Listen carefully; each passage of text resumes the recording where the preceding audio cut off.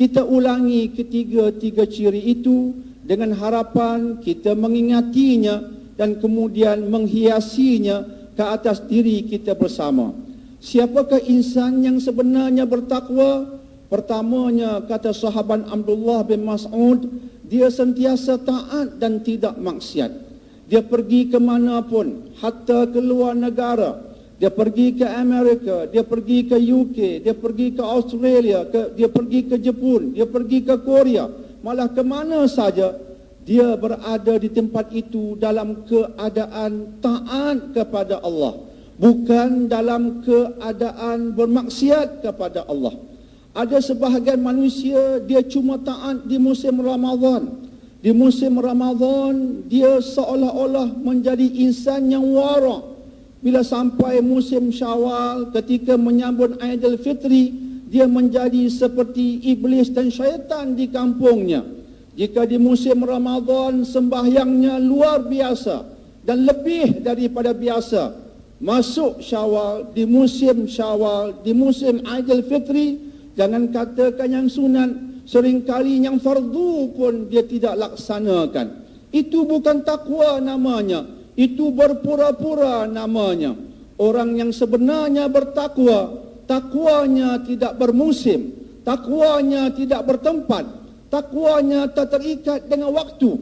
Di mana saja dia berada, di musim mana sekalipun, letaklah dia di mana pun, dia taat kepada Allah, dia tidak bermaksiat kepada Allah.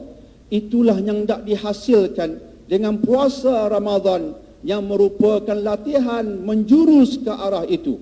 Ciri yang kedua tentang takwa ialah seseorang itu sentiasa ingat kepada Allah dan tidak lupakan Allah. Dia bukan ingatkan artis-artis terkinja-kinja, dia ingatkan Allah. Yang ingat kepada artis, mereka akan terbabas seperti artis-artis yang rata-ratanya terbabas itu. Ciri yang ketiga ialah mereka sentiasa bersyukur. Mereka berusaha dalam hidup mencari rezeki yang halal. Mereka ingin menjadi jutawan. Tidak ada salahnya kita ingin menjadi jutawan, tetapi caranya mesti betul, caranya mesti halal. Tiba-tiba tidak kesampaian, maka dia bersyukur dengan apa yang Allah kurniakan kepadanya. Dia tidak kufur, dia tidak merungut kerana Allah tidak menjadikan dia kaya seperti sebahagian manusia yang lain. Itulah yang kita harapkan menghiasi diri kita. Jika pemimpin di atas keluar daripada Ramadan menjadi insan yang bertakwa, dia pemimpin yang bertanggungjawab, dia pemimpin yang benar, dia tidak akan menipu dan berbohong, dia tidak mementingkan poket dan perutnya, poket dan perut istrinya, poket dan perut menantunya, poket dan perut anak-anaknya, poket dan perut rakan-rakannya semata-mata. Tapi dia menyedari dia pemimpin untuk umat, dia pemimpin untuk rakyat, maka dia perlu bertanggungjawab kepada semua. Mencontohi Umar bin Abdul Aziz rahimahullahu ta'ala.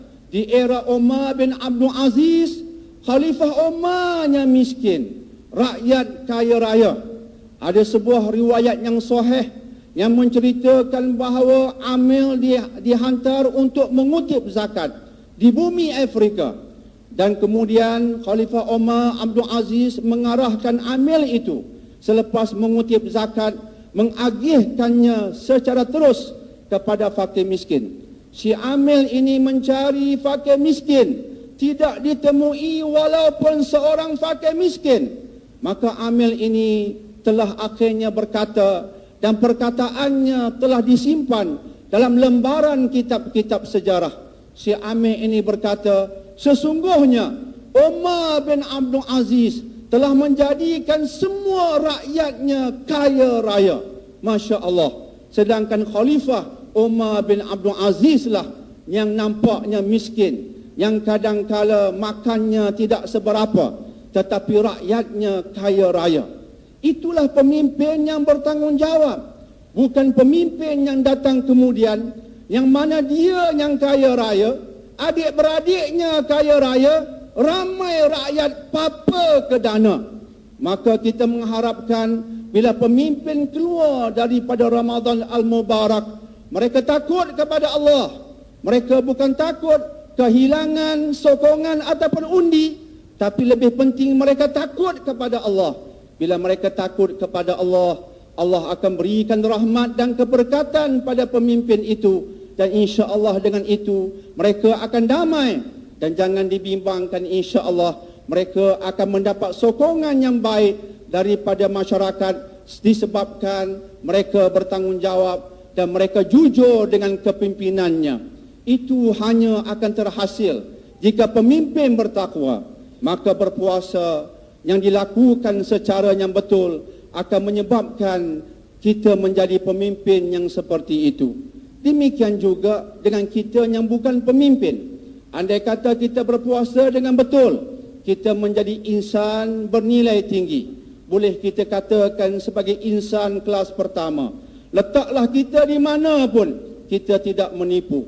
Kita bertemu duit RM1 di tepi jalan, kita mengambilnya bukan untuk diri kita dan tanggungan kita. Kita berikan mungkin kepada Baitul Mal, walaupun ianya RM1. Kita tidak akan berkata, siapa yang nampak, siapa pun tak nampak, aku gunakan uang ini yang aku temui. Tetapi orang yang bertakwa menyedari Allah nampak segala-galanya. Jika inilah yang boleh kita hasilkan, Masya Allah, umat Islam hari ini, bangsa Melayu Muslim hari ini, merupakan bangsa golongan yang kelas pertama. Kita model, kita contoh, kita akan dicontohi, dipuji oleh masyarakat yang lain.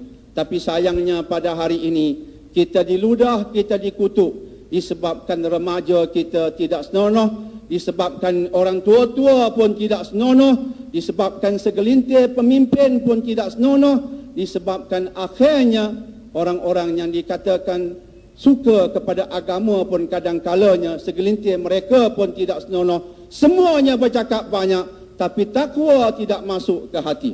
Semua ini menampakkan kepada kita tentang kepentingan Ramadan Al-Mubarak.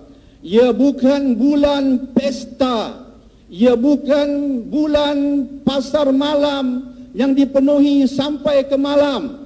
Ia suatu bulan penuh keberkatan. Sebahagian kita sudah mengidam pelbagai makanan sebelum puasa memasuki lembarannya. Kita sudah mengidam itu dan ini. Yang mengidam ini sebenarnya puasanya tidak akan mendatangkan apa-apa pun kepadanya kecuali lapar dan dahaga. Ia tidak bermaksud kita tak boleh menjamah makanan yang baik, minuman yang baik di musim Ramadan. Itu bukan maksudnya.